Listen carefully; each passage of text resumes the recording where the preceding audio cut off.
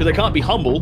They'll brag all this bravado and be like, oh yeah, man, she came like a million fucking times. The ego thing. Motherfucker, no, she didn't. Like, you ain't got a clue what you're talking about, bro. Like, bullshit. I'll tell you this.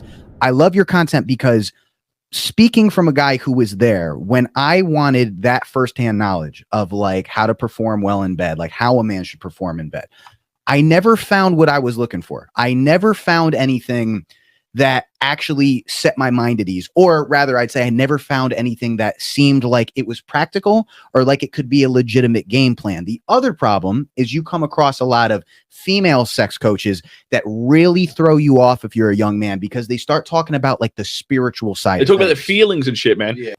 Women fundamentally do not understand like the mind-body connection that goes on with a guy when it comes to the bedroom and the way the dick works. They really don't understand it. I've looked into some of the material and YouTube videos, obviously, of, you know, female sex coaches and things.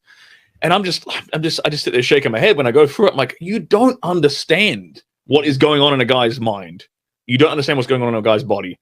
Like telling him to, you know, get in touch with his emotions and be all spiritual and woo-woo.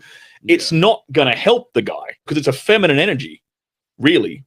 And I'm not trying to, you know, I've got friends who teach like tantra and you know, yoga and stuff like that. I'm not trying to shit on that. I know who you're talking about. Yeah, I'm not trying to shit on that too much. and she's lovely. She's lovely, yeah. Yeah. But, you know, fundamentally, I think that's a very feminine way of looking at sex because they connect with sex on such an emotional level. I try to teach guys, like, think about it this way. Imagine you are a Roman conquering barbarian lands. Right. Back in the day. And then you come back to Rome to your Italian wife. How are you going to fuck her?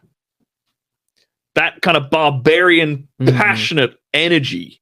We've just gone off and conquered lands, killed a guy or whatever. You know, you've taken his gold and his shit. And you come back to your woman.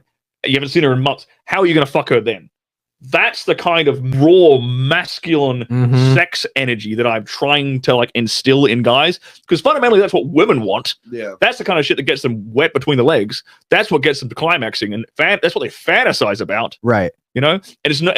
They don't fantasize. I don't know a woman who's fantasized about a dude sitting there with his legs crossed, like umming and like doing this shit. They don't fantasize about that. I'm not saying that's not gonna help. It can help with certain things like presence, obviously.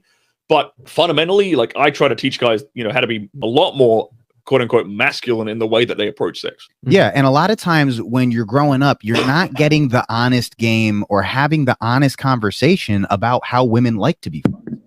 Also, because and another reason is because every guy thinks they're amazing in bed. Or at least every guy will.